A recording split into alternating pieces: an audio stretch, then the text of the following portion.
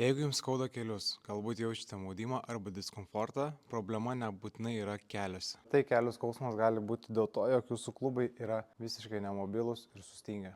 Pirmą pratimą atliksime side shiftą, tai yra koja mūsų eis į šoną, pėda kelis turi važiuoti viena kryptim. Aš turiu eidamas į šoną išgauti tempimą. Jeigu man tempimas yra lengvas, aš noriu pasisunkinti, galiu pasimti svorį, tą patį daryti su svoriu. Kai nueinu į šoną, pabūnu čia 5 sekundės, atkylu ir dar kartoju 5 kartus. Sekančių pratimų mes atstatysime išorinio klubo rotaciją. Sėdu į 90-90, rankas pasidedu prieki savęs, koją galima šiek tiek mažiau susilenkti, daugiau perkeliu svorio ant šitos kojos, būtent su tą koją spausdama žemę palaikau įtampą 5 sekundės. Ir vėl veiksmą kartoju 5 kartus. Kuomet padidinsime judesį per klubo sąnarį, mes norėsime taip pat stabilizuoti kelio sąnarį ir mums reikės neaukštos pakilos. Pradžioje visada pradedame nuo mažesnės. Mes leisimės žemyn, kol pėdą šiek tiek paliesiu žemę, bet pilnai neperkelsiu svorio ir vėl atkilsiu. Kuomet darau pratimą, aš visai įsitikinu, kad mano klubas, kelis, pėda visada išliktų vienoj linijoje. Turiu padaryti 10 kartų. Padarau 10 kartų tokių nusileidimų žemyn, paskui 10 kartų padarau laikant koją